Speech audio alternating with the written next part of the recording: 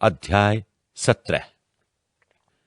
6 दिन के बाद यीशु ने पतरस और याकूब और उसके भाई यूहन्ना को साथ लिया और उन्हें एकांत में किसी ऊंचे पहाड़ पर ले गया और उनके सामने उसका रूपांतर हुआ और उसका मुंह सूर्य की नाई चमका और उसका वस्त्र ज्योति की नाई उजला हो गया। और देखो, मूसा और एलिय्याह उसके साथ बातें करते हुए उन्हें दिखाई दिए। इस पर पतरस ने यीशु से कहा, हे प्रभु, हमारा यहां रहना अच्छा है। इच्छा हो तो यहां 3 मंडप बनाओ, एक तेरे लिए, एक मूसा के लिए और एक एलिय्याह के लिए। वो बोल ही रहा था कि देखो, एक उजले बादल ने उन्हें छा लिया और देखो, उस बादल में से यह शब्द निकला, ये मेरा प्रिय पुत्र है, जिससे मैं प्रसन्न हूं, इसकी सुनो।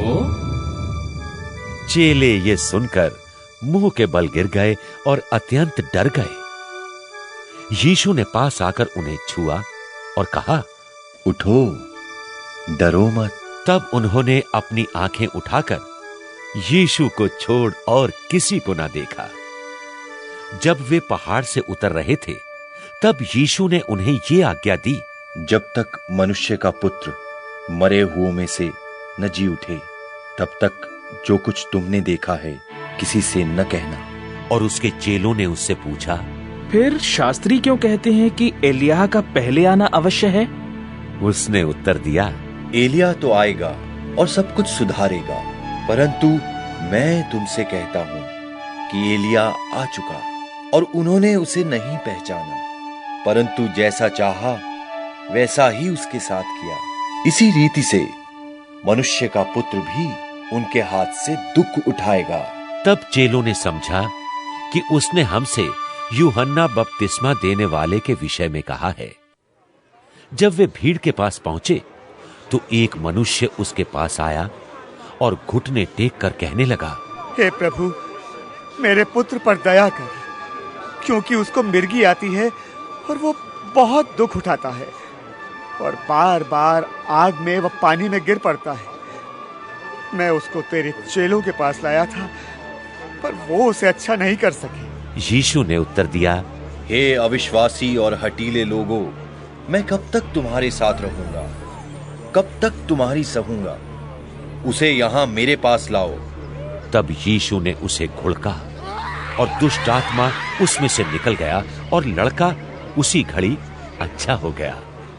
तब चेलों ने एकांत में यीशु के पास आकर कहा, हम इसे क्यों नहीं निकाल सके? उसने उनसे कहा, तुम्हारे विश्वास की घटी के कारण, क्योंकि मैं तुमसे सच कहता हूं, यदि तुम्हारा विश्वास राई के दाने के बराबर भी हो तो इस पहाड़ से कह सकोगे कि यहां से सरक कर वहां चला जा, तो वो चला जाएगा और कोई बात तुम्हारे लिए अनहोनी न होगी। जब वे गलील में थे तो यीशु ने उनसे कहा, मनुष्य का पुत्र मनुष्यों के हाथ में पकड़वाया जाएगा और वे उसे मार डालेंगे और वो तीसरे दिन जी उठेगा। इस पर वे बहुत उदास हुए। जब वे कफरनहूम में पहुंचे तो मंदिर के लिए कर लेने वालों ने पतरस के पास आकर पूछा, क्या तुम्हारा गुरु मंदिर का कर नहीं देता? उसने कहा, हाँ, देता तो है। जब वो घर में आया तो यीशु ने उसके पूछने से पहले उससे कहा, हे शमौन, तू क्या समझता है? पृथ्वी के राजा महसूल या कर किनसे लेते हैं, अपने पुत्रों से या परायों से? पतरस ने उनसे कहा, परायों से। यीशु ने उससे कहा, तो पुत्र बच गए, तो भी इसलिए कि हम उन्हें ठोकर ना खिलाएं।